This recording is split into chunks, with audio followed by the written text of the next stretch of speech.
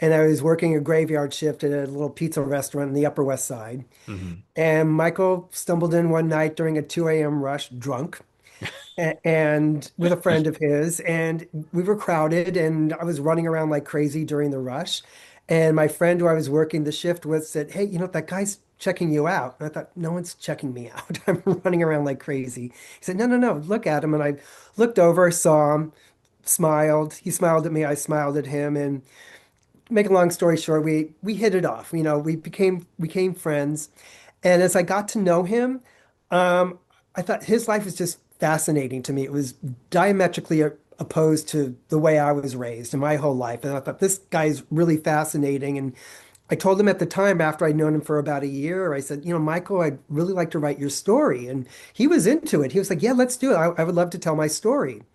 And so he started telling me a lot about his early life, how Hmm. he got AIDS, how he got HIV, and his upbringing and everything. And he got to a few points in his life that he wasn't proud of, nor should he have been. And he said, you know what? I don't think I want to go through with this anymore. I'm just a little, not everything about me is great. And I thought, okay, I'll drop it. But I always kind of kept the idea in the back of my mind. And as we went through our friendship and we had our own ups and downs, and we actually had a split in our friendship for about 4 years. And it was during that break that 9/11 happened. And I, of course, wondered what happened to Michael, but Right. we weren't speaking at the time.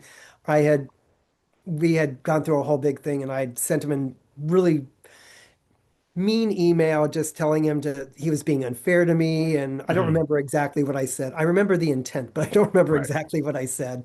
And we didn't speak for a while. And then after, around 2002 or so, we met up again. And that's when he told me that he was a first responder on 9/11. And we reconnected quickly. We were just missed each other and just, we had grown up, we had matured in our own friendship as well.